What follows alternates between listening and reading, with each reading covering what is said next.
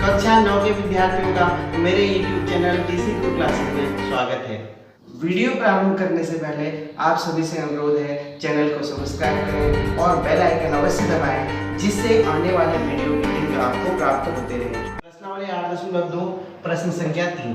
ABCD एक आयत है जिसमें PQRS भुजाओं AB, BC, CD और DA के मध्य बिंदु हैं। दर्शाइए PQRS एक समचतुर्भुज होगा। हमें एक बाहर ABCD आयत दिया हुआ है। आयत मीन्स आमने सामने की भुजाएं बराबर, AD के बराबर BC और AB के बराबर CD, ये मालूम है आपको।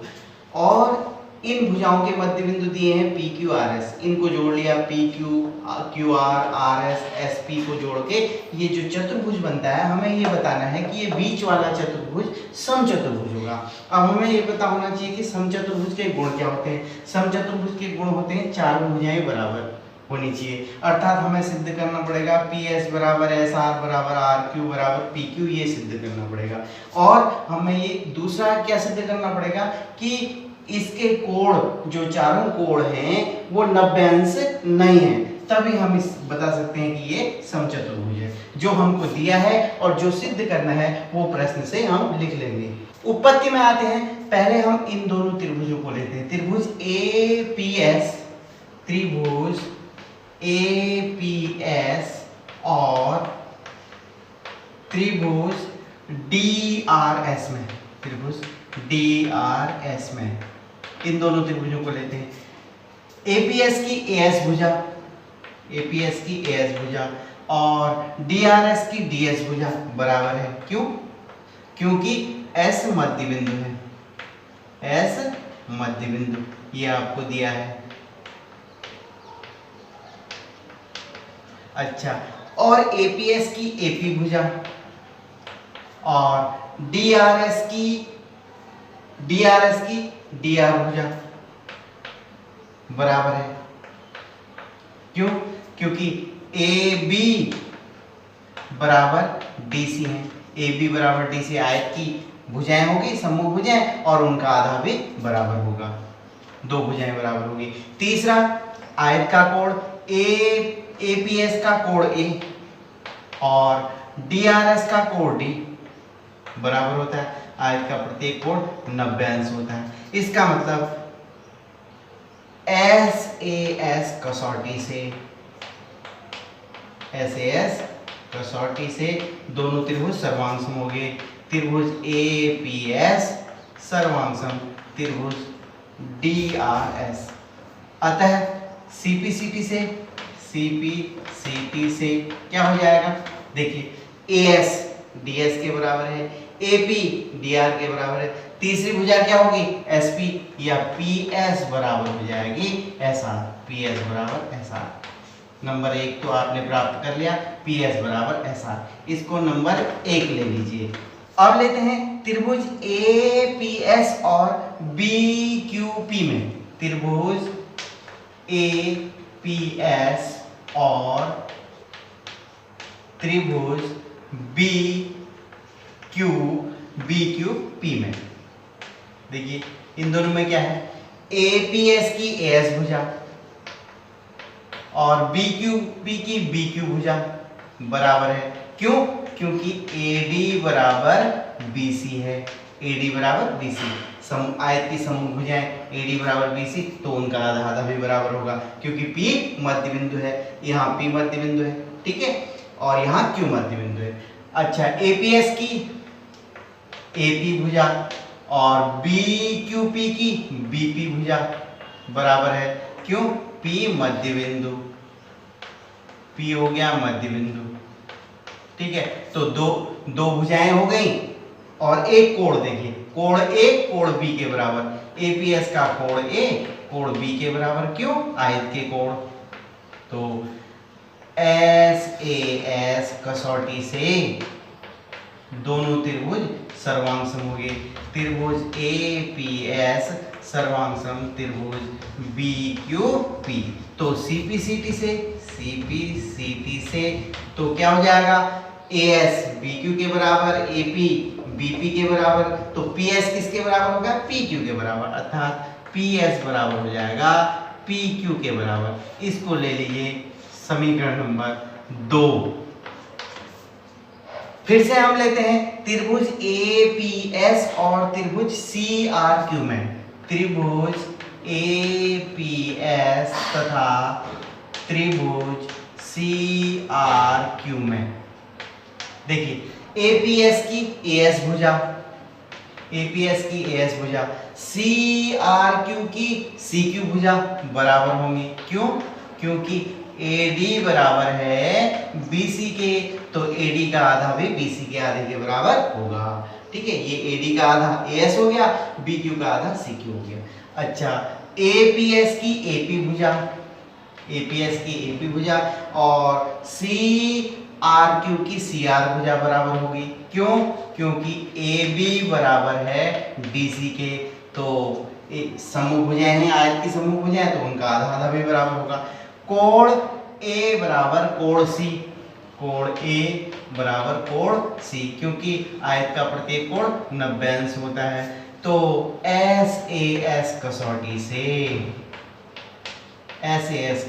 से ये सर्वांग हो गए त्रिभुज एपीएस, सर्वांग त्रिभुज सीआरक्यू, सर्वांग हो गए। तो सीपीसीटी से देखिए, सीपीसीटी से क्या हो गया, एएस सीक्यू के बराबर, एपी सीआर के बराबर। तीसरी भुजा कौन सी बची, पीएस, पीएस हो जाएगा क्यूआर के बराबर, पीएस क्यूआर के बराबर। ये हो गया समीकरण नंबर 3। अब देखिए, हमने समीकरण 1 में निकाला था पीएस बराबर एसआर, समीकरण 2 में निकाला था पीएस बराबर पीक्यू, समीकरण 3 में निकल गया पीएस बराबर क्यूआर। इसका मतलब समीकरण 1, 2 हुआ 3 से क्या हो जाएगा, पीएस बराबर एसआर बराबर पीक्यू बराबर क्यूआर। तो चारों भुजाएं बराबर होगी। एक कंडीशन तो निकाल दी हमने कि पी क्यू आर एस की चारों भुजाएं बराबर है। इस प्रकार हमें प्राप्त हुआ पी एस बराबर एस आर बराबर पी क्यू बराबर क्यू आर। इसको समीकरण नंबर 4 लिख दीजिए। अब देखते हैं इस त्रिभुज में, त्रिभुज ए पी एस में, त्रिभुज ए पी एस में कोण 90 अंश है। एएस भुजा और पीक्यू भुजा अलग अलग है, बराबर नहीं है, क्योंकि एडी आयत की एक भुजा है और ये लंबाई है, और AB चौड़ाई है, क्योंकि आयत की लंबाई और चौड़ाई अलग अलग होती है। अर्थात AD बराबर नहीं है किसके, AB के, AD AB के बराबर नहीं होती है। तो AD का आधा AS बराबर नहीं होगा AB के, AD का आधा AS AB का आधा AP के बराबर नहीं होगा, बराबर नहीं होगा। इसका मतलब ये हुआ, तो इस त्रिभुज के तीनों कोण अलग अलग होंगे। एक तो 90 अंश हो गया, ये तो 90 अंश है आयत का कोण, लेकिन ये दोनों भुजाएं अगर बराबर होती तो ये 45-45 अंश के होते। इसका मतलब जो कोण P है, ये कोण P, इसको मान लीजिए कोण नंबर 1, इसको मान लीजिए कोण नंबर 2। ठीक है, कोण नंबर 1 बराबर नहीं है कोण नंबर 2, क्योंकि दोनों भुजाएं बराबर नहीं है, तो उनके सम्मुख दोनों कोण भी बराबर नहीं होंगे। अतः कोण 2 या कोण 1 बराबर नहीं, कोण 2 बराबर नहीं 45 अंश, अर्थात ये कोण 2 45 अंश का नहीं होगा। इसी प्रकार त्रिभुज DSR में, त्रिभुज DSR में इसको ले लीजिए कोण 3, इसको ले लीजिए कोण 4, ठीक, कोण नंबर 4।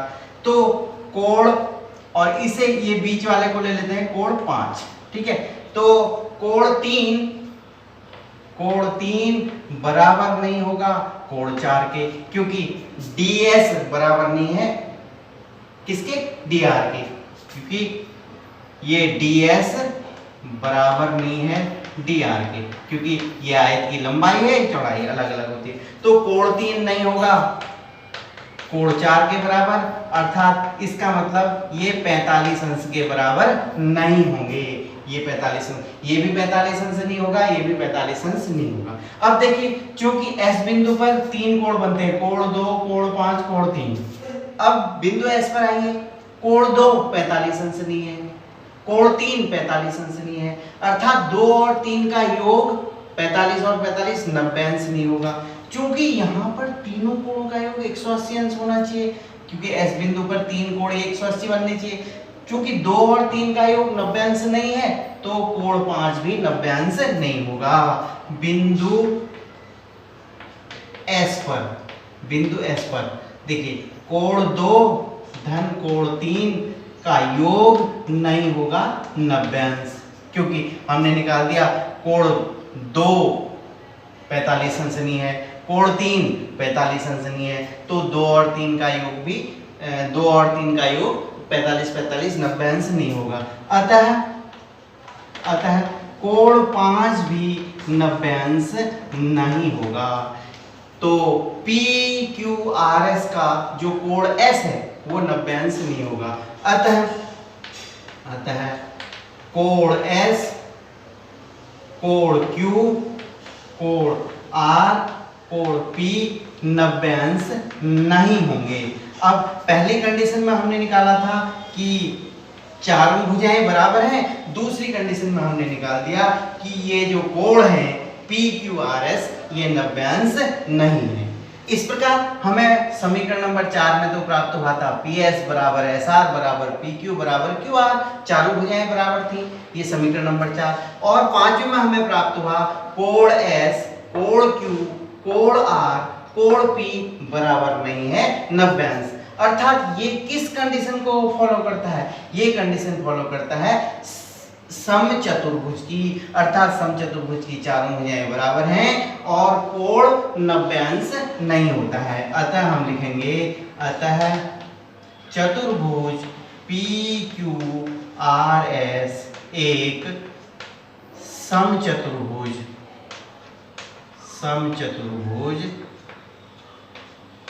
है।